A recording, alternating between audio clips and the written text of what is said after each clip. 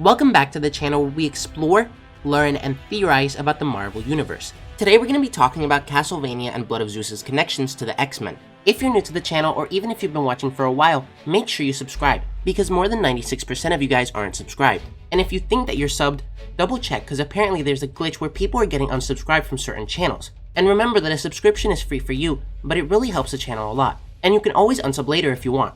Now let's get started. You guys know that I like anime almost as much as I like Marvel, but when both are combined, it's even better.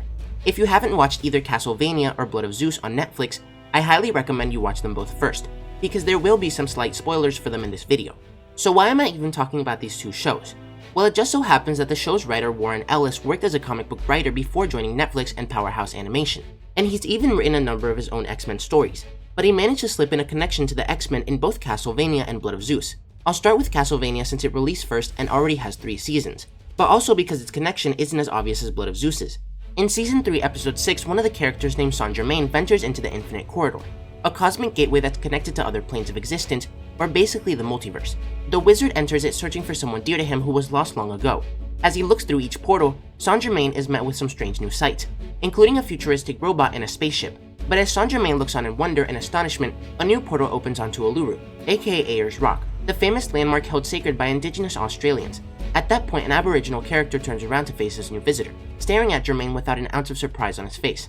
After a few seconds pass, the stranger then spins an ancient instrument above his head, known as a bull roarer. The portal subsequently closes and Germain moves on to continue his search in the Infinite Corridor. This mysterious person is never referred to again, but comic book readers might recognize him as the character known as Gateway, who first appeared in Uncanny X-Men number 229. Created by Chris Claremont and Mark Silvestri, the mutant worked as an ally to the X-Men, helping them while they hid out in Australia.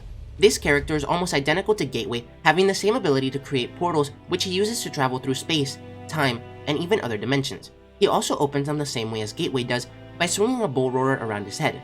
And lastly, in the comics, Gateway often appeared at Uluru, which certainly suggests that the landmark's presence in Castlevania is intentional. However, in the comics, Gateway doesn't have paint on his face, which could mean that this isn't Gateway, but instead is student Eden Fessy, aka Manifold, who has similar teleportation powers and joined the Avengers. Or it could be a mixture of both characters to help prevent copyright issues. On the other hand, the connection in Blood of Zeus is incredibly obvious. At the end of Episode 1 and beginning of Episode 2, the main character Heron is tasked by an old man to collect some adamantine to forge a sword. In Greek mythology, adamantine is an unbreakable ore which can cut through anything. In X-Men comics, adamantium is the almost unbreakable metal that was bonded to Wolverine's skeleton and claws, but it was actually named after adamantine, or the metal of the gods. And on an alternate version of Earth, a different Wolverine known simply as James Howlett was in a relationship with Hercules, who brought him adamantine from Mount Olympus, which he grafted onto his skeleton instead. But let me know what you guys think about all this. If you've already watched Castlevania and Blood of Zeus, did you catch these connections? And if you haven't watched them, are you planning to? If you enjoyed the video, don't forget to like, comment, subscribe, and turn on post notifications so you'll never miss another video. Thanks for watching, and remember to wash your hands and stay safe.